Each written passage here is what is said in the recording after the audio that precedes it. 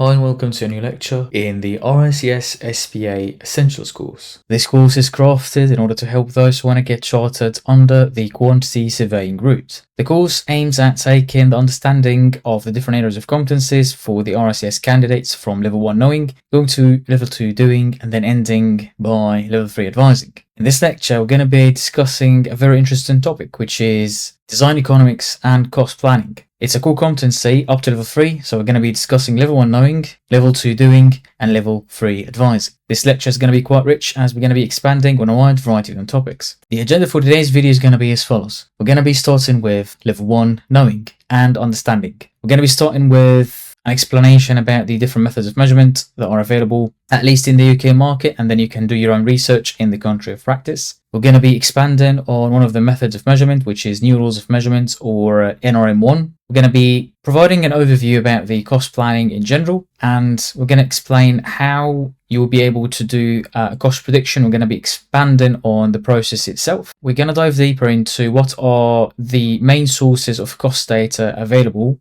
and you can do your own research about the cost data available in your country of practice. We're going to be providing some examples for the sources of cost data here in the UK. We're going to be expanding on the latest international cost management standard, which is provided by the RICS, and how we can tackle its components in the cost planning process. And then we're going to be shedding the light on some considerations for QSs to be aware of. In level 2, which is knowing, we're going to be showing an example of a cost plan where we're going to be using the knowledge that we have gained in level 1 and see how this can be applied in a real life cost plan. We're going to be diving deeper into the different sections of the cost plan and see what could we include in each and every single section to provide the different contractual parties with a comprehensive cost plan. And then we're going to be ending the lecture with level 3 advising. And in here, we're going to be discussing a couple of examples about design economics and cost planning and how you could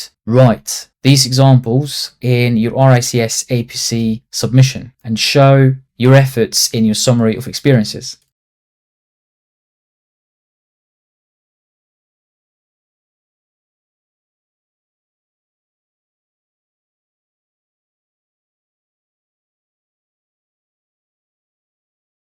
So starting with level 1, we have the methods of measurement. There are a wide variety of methods of measurement that are provided by different professional bodies in different places in the world. In the UK, there is a plethora of methods of measurement. So starting with NRM1, new rules of measurement, that is provided by the RICS, and it is composed of 14 main sections. It deals with the order of cost estimation and cost plannings for capital building works. It contains sections for substructure, superstructure, external finishes, the furnishings, fittings, and equipment, in addition to services, as well as external works for the building, taking into account also the professional fees and other development fees, the overheads and profit for the contractor, as well as inflation and risks. NRM2 is focused at building the BOQ. Contractors use it more than consultants. It has a lot of sections, 41 sections to be exact, and these sections they extend to demolitions, piling, suspended ceilings, decorations, pipe works, and lots of other sections. NRM3, it incorporates what is existing in NRM1, taking into account a wide variety of costs: the construction costs, renewal costs, operational costs, and also the maintenance costs. So it incorporates the life cycle costing for specific building elements or buildings, in addition to the whole life costing, taking into account all the capex and opex, or capital expenditure, as well as operational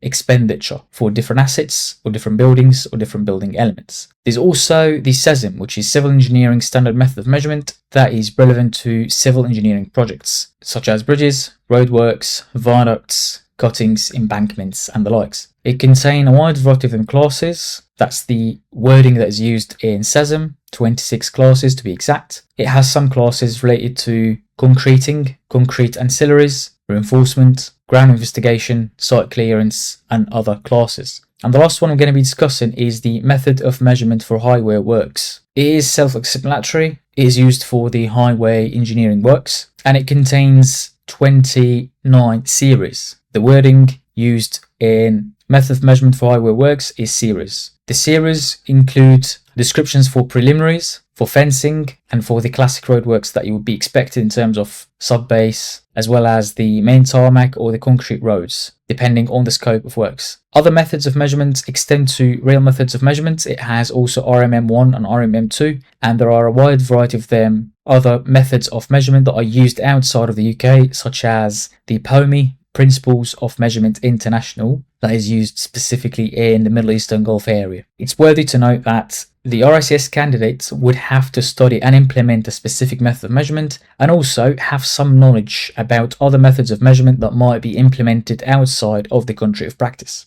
And this is all for this video, which is meant to be an extended trailer or a teaser. And if you want to have full access to the full length, the recorded videos, the notes, the presentations, and the question answer banks, do not hesitate to get enrolled on the APC Essentials course on the APC Mastery Path web portal, and you can make the best use of a coupon code which is APC35 for a 35% discount. All the best in your APC journey. Thanks a lot for watching, and catch you in the next video.